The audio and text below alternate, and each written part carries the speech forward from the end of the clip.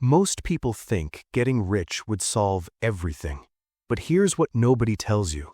Every level of wealth feels different, and almost none of them feel the way you expect. The broke person imagines that $100,000 would bring peace. The person with $100,000 dreams of $1 million. The millionaire looks at $10 million with longing. And the person with $10 million? They're still anxious, still comparing themselves to someone richer. Because wealth doesn't work the way we're taught. It doesn't fill the hole. It just changes its shape. Welcome to the financial system. Control the money, control the history.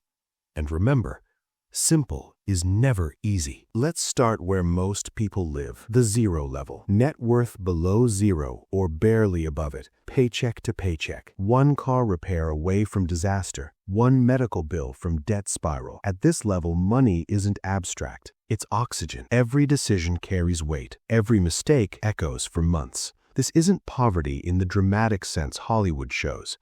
It's the quiet erosion of confidence. The shame of saying no to friends. The panic when rent is due and your bank balance won't cover it. At this level, financial stress doesn't just affect your wallet. Research shows it lowers cognitive function. It shortens your time horizon.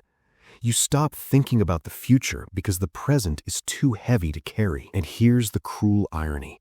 The strategies that help you escape this level, saving, investing, patience, all require resources you don't have. Time, margin, breathing room. This is why the first climb is the hardest. Not because the math is hard, because the psychology is brutal. Then comes the first milestone, the one that changes everything, $100,000. It doesn't sound like much to the wealthy, but if you've ever hit it, you know.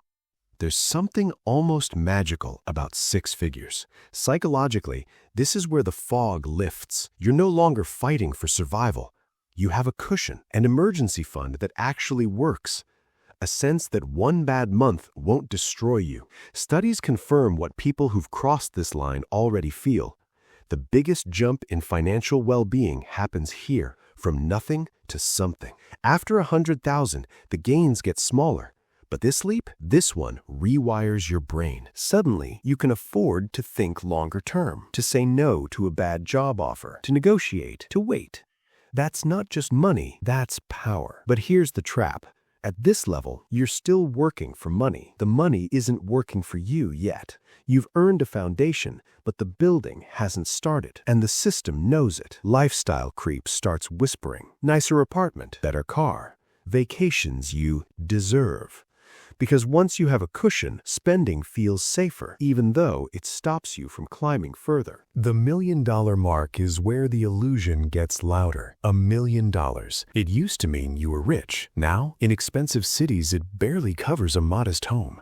After taxes and inflation, it's not freedom, it's a better cage. At this level, most millionaires don't feel wealthy. They feel exposed. They compare themselves not to where they started, but to the people above them. They see friends with more. They see lifestyle inflation eating into their margins. They realize that $1 million doesn't mean you never worry again. It just means you worry about different things. There is a psychological phenomenon that hits hard here. Researchers call it the hedonic treadmill. No matter how much you earn, your expectations rise to match it. That's why lottery winners often end up no happier, and sometimes worse than before. A millionaire who still works 60 hours a week for someone else isn't financially free. They're just highly paid prisoners with better furniture. The real shift happens around 5 to 10 million. This is where the game changes. Not because you can buy more things, but because you stop needing to think about price tags at all. At this level, money becomes invisible. Groceries? Irrelevant. Flights? You book without checking. Restaurants? You pick by experience, not cost. But something else happens too. You start to feel separated from normal life. The problems your friends complain about, rent, bills, job stress, you can no longer relate to. And they sense it. Friendships get awkward. Trust gets harder. Wealthy people at this level often describe a creeping loneliness. Everyone wants something from you. Salespeople, relatives, startups, charities, all circling, all expecting, and it becomes harder to know who's genuine. Here's what nobody advertises. The richer you get, the smaller your circle becomes, not because you push people away, but because money creates asymmetry. And asymmetry kills connection. Then comes 50 million. The threshold psychologists call the true freedom number. Below this, wealthy people still worry about maintaining their lifestyle. They still track spending. They still optimize. But at 50 million, something breaks. According to research on ultra-high net worth individuals, this is where money stops being a motivator. Security is no longer a concern. Lifestyle is locked in. The only question that remains is, now what? At this level, time becomes the only currency that matters. And paradoxically, many people at this level feel they have less of it. Their calendars are full. Their decisions carry weight. They can buy anything, but they can't buy back the decade they spent earning it. This is where existential questions replace financial ones. What was the point? What's my legacy? Did I sacrifice the wrong things? Wealth therapists, yes, they exist, report that clients at this level often struggle with guilt, isolation, and a strange kind of emptiness.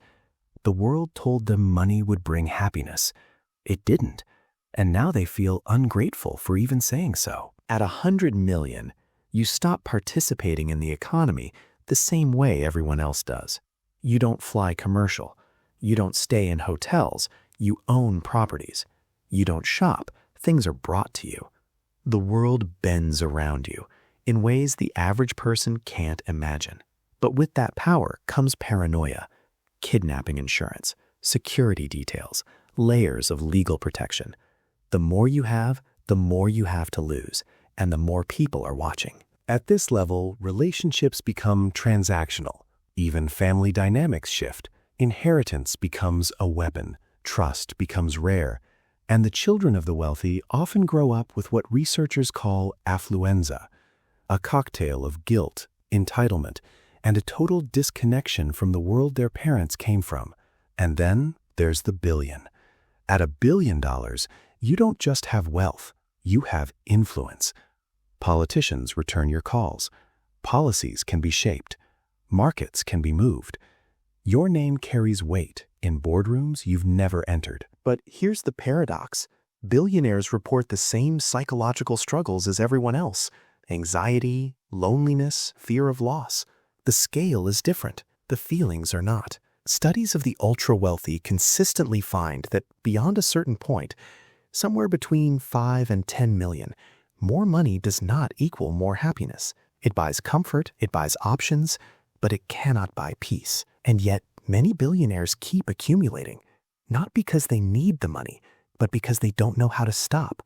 The game becomes the identity, and walking away from the game means walking away from yourself. So what's the lesson here? It's not that money doesn't matter. It does, deeply. The climb from 0 to 100,000 is life-changing. The move from financial stress to stability is one of the greatest freedoms a person can experience. But the mistake most people make is believing that more is always better, that somewhere up the ladder, there's a level where the anxiety disappears and the satisfaction arrives. There isn't. Every level comes with new problems, new comparisons, new fears. The shape of worry changes, but worry itself never vanishes. What does change is this. At higher levels, you gain control over your time. And time, not money, is the only thing you can't earn back. The wealthiest people in history didn't feel the way you imagine. They felt hunted, uncertain, afraid of losing what they'd built. The poorest often felt more joy, not because poverty is romantic, but because happiness was never about the number. It was about meaning, connection, and the freedom to live on your own terms. And here's the uncomfortable truth. The system never tells you this. It sells the dream of endless accumulation because that's what keeps you working, consuming, and comparing. If you ever felt satisfied, the machine would break. So the question isn't, how much do I need? It's, what am I actually chasing? And will it be there when I arrive? History doesn't repeat, but the pattern is always there. Emperors, merchants, industrialists, billionaires all reached the top and found the same thing waiting: more of themselves. The money didn't change who they were, it amplified it. That's the part nobody tells you. Wealth doesn't solve problems, it reveals them. And at every level, the only freedom that matters is the one you build inside. If this gave you a new perspective, hit subscribe. Its financial system and history leaves clues. I show you where the money leads.